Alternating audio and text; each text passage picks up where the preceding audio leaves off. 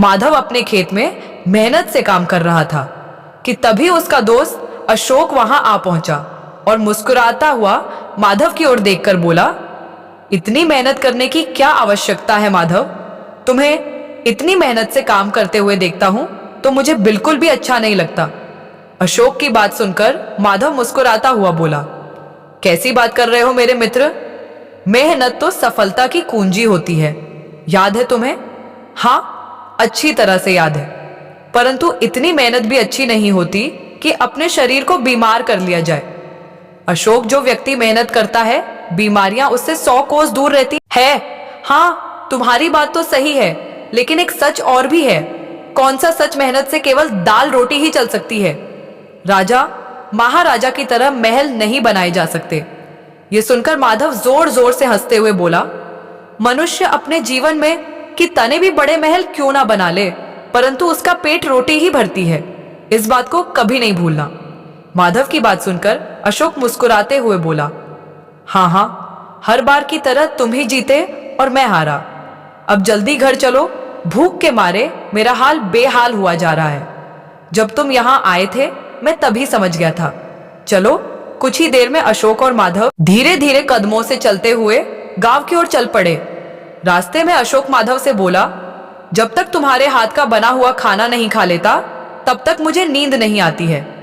अच्छा, ये बताओ, अब तुम विवाह कब कर रहे हो? सोच लो, अगर मैंने विवाह कर लिया तो फिर मेरे हाथ का खाना तुम नहीं खा पाओगे। तुम्हें अपनी भाभी के हाथ का खाना खाना पड़ेगा, और पता नहीं तुम्हें तुम्हारी भाभी के हाथ का बनाया हुआ खाना पसंद आएगा या नहीं। अरे, मुझे पूरा विश्वास है कि तुम्हारी पत्नी भी बहुत अच्छा खाना बनाएगी, क्योंकि मैं जानता हूँ वो खाना बहुत अच्छा बनाती है। क्या क्या कहना चाहते हो तुम आदित्य? गांव के सभी लोग जानते हैं कि मुखिया जी की इकलौती पुत्री राधा तुम्हें पसंद करती है, और तुम भी राधा को पसंद करते हो। और माह के 15 दिन राधा ही शाम का खाना तुम्हें देने आती है, वो भी अपने हाथ का बना हुआ, और राधा खाना बहुत अच्छा बनाती है। अशोक की बात सुनकर माधव हंसने लगा। कुछ ही देर में वह दोनों घर पहुंच गए। घर पहुंचकर माधव लकड़ियां चूल्हे पर जलाने ही वाला था कि तभी मुखिया की इकलौती पुत्री राधा वहां आ पहुंची। यह क्या कर रहे हो माधव? खाना बनाने जा रहा हूं। माधव की बात सुनकर राधा बनावटी गुस्सा दिखाते हुए बोली, कितनी बार कहा है माँ, धव की तुम्हें खाना बनाने की कोई आवश्यकता नहीं है। माँ बहुत गुस्सा करती है। वो हमेशा कहती है कि एक तो माँ, धव वैसे भी सारा दिन खेत में मेहनत करता रहता है, ऊपर से रात में आकर भोजन भी बनाता है। माँ को यह बिल्कुल भी अच्छा नहीं लगता, इसलिए वो रोज फिक्र में तुम्हारे लिए भोजन भेजती है। राधा की बात सुनकर अशोक हंसता हुआ बोला, राधा, माँ को बुरा लगता है या तुम्हें बुरा लगता है? अशोक की बात सुनकर राधा अशोक की ओर देखकर बोली, क्या मतलब है तुम्हारा? माँ को बुरा लगता है? तुम क्या जानो पड़ोसी का मतलब क्या होता है माधव? हमारा पड़ोसी है वो पड़ोसी ही क्या, जो एक दूसरे के सुख दुख में काम ना आए। और वैसे भी माँ कहती है, जब माधव की माँ जीवित थी तब वो मेरी माँ की बहुत अच्छी सहेली थी। इतना कहकर राधा भोजन देकर वहां से चली गई। माधव और अशोक दोनों मिलकर भोजन करने लगे। भोजन करते में अशोक माधव की ओर देखकर बोला, माधव, कहने की 100 बातें हैं राधा भोजन बहुत अच्छा बनाती है। अशोक, भोजन राधा नहीं बल्कि राधा की माँ ने बनाया है। मैं राधा के हाथ के बनाए हुए भोजन का स्वाद अच्छी तरह से जानता हूँ। हाँ हाँ, जानता हूँ। तुम नहीं जानोगे तो और कौन जानेगा? अब वो सब छोड़ो अशोक, ये बताओ कि तुम्हारा आगे क्या करने का इरादा है? मैं कुछ समझा नहीं। अशोक, कुछ समय पहले मेरी तरह तुम्हारे पास भी खेत में अच्छी खासी जमीन थी, मगर तुमने मेरे मना करने के बावजूद भी उस जमीन को बेच दिया, और पता नहीं कौन सा व्यापार किया कि उस व्यापार से सारा धन पानी की तरह डूब गया। तुम्हारे हाथ से तुम्हारा खेत भी चला गया। हाँ, तुम्हारी बात सही है। व्यापार डूबने के बाद मेरा हाथ इतना तंग हो गया है कि मुझे भोजन भी तुम्हारे यहाँ करना पड़ता है। मेरे दोस्त, मुझे भी कभी कभी बुरा लगता है, और मैं क्या करूं? जब मुझे भूख लगती है तब मुझे तुम ही याद आते हो। लेकिन तुम चिंता मत करो, बस कुछ दिन की बात और है, मुझे काम मिल गया है।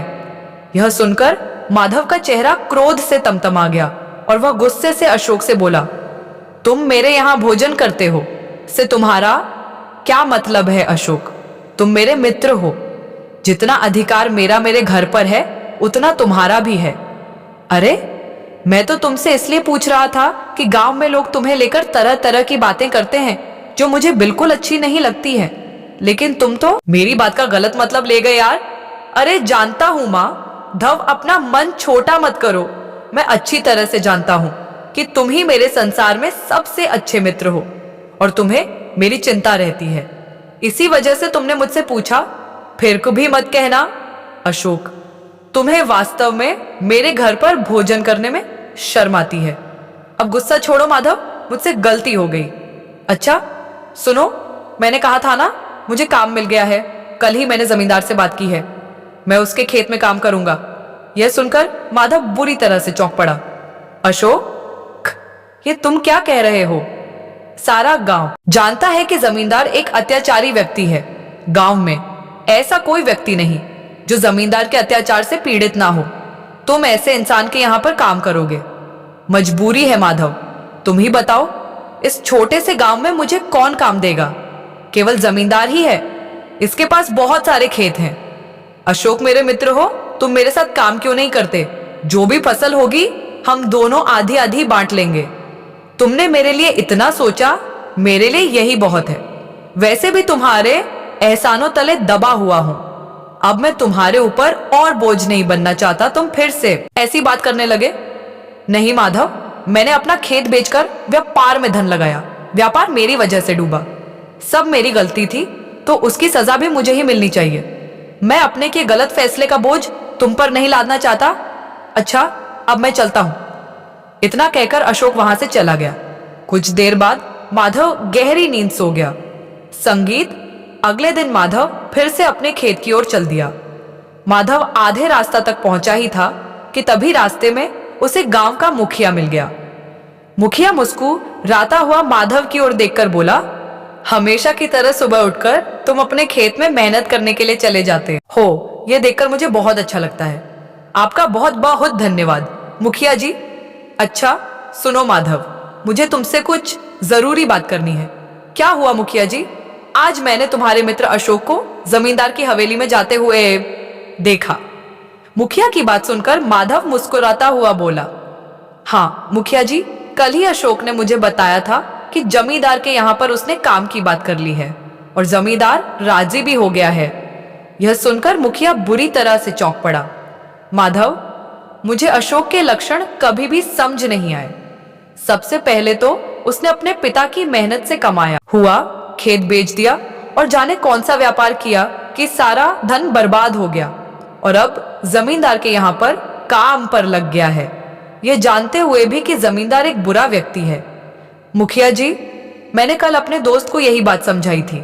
मैंने उससे यहाँ तक कह दिया था कि अगर उसे काम ही करना है तो वो मेरे खेत में कर ले। जो भी फसल होगी हम दोनों हाथी बांट लेंगे।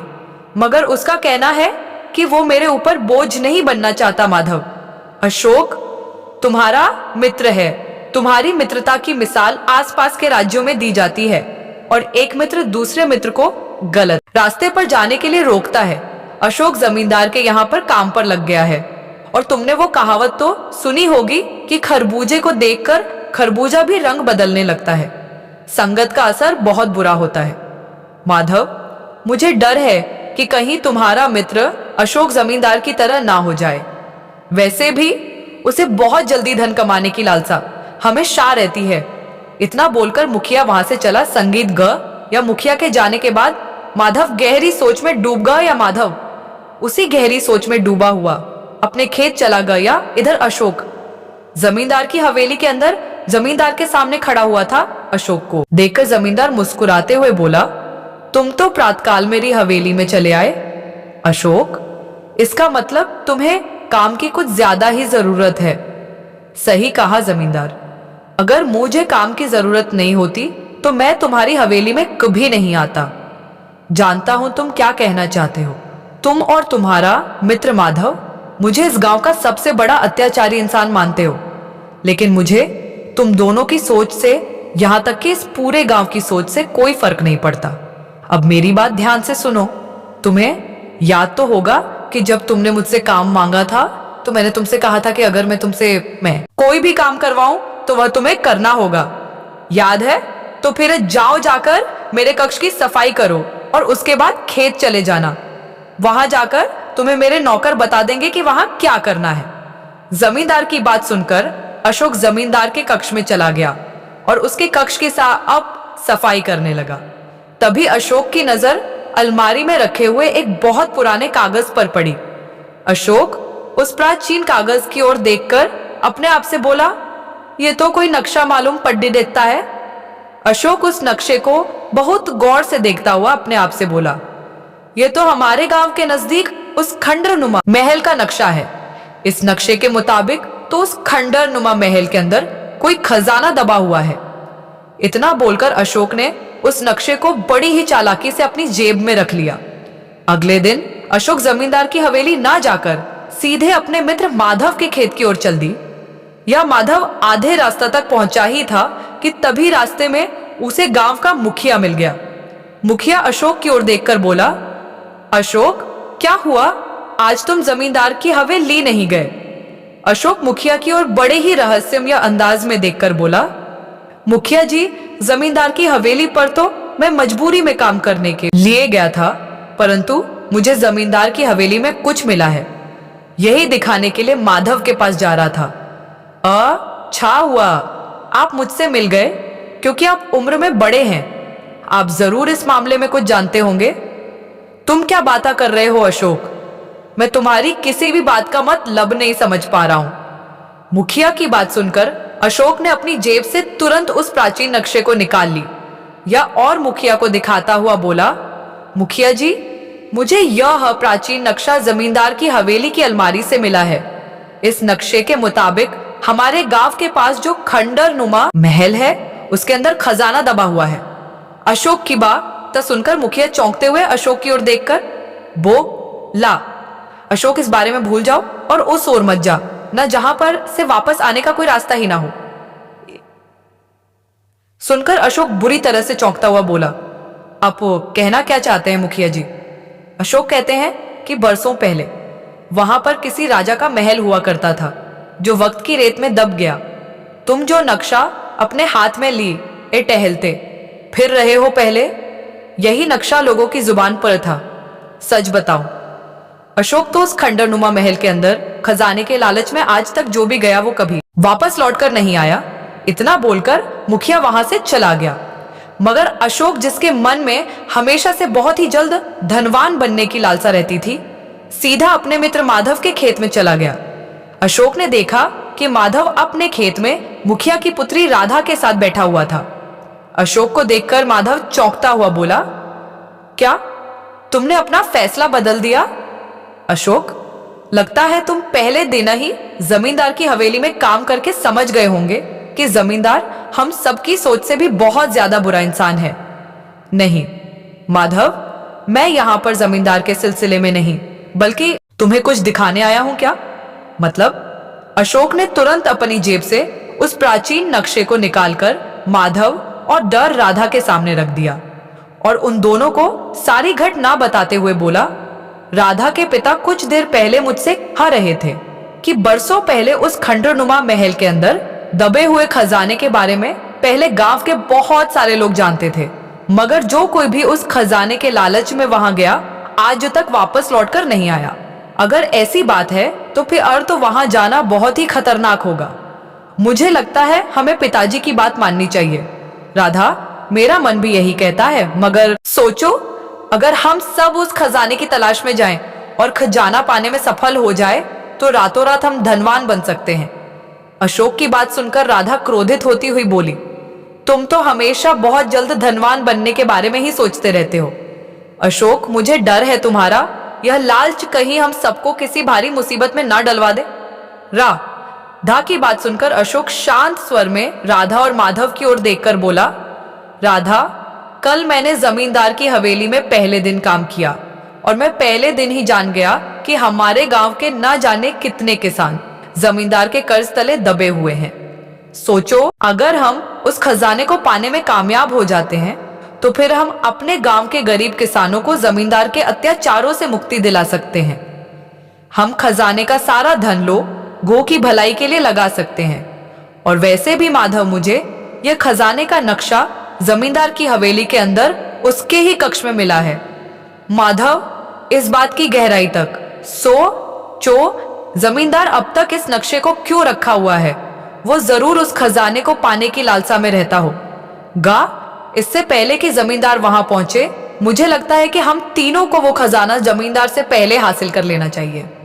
अशोक की बात सुनकर राधा और माधव एक दूसरे की ओर देखने लगे।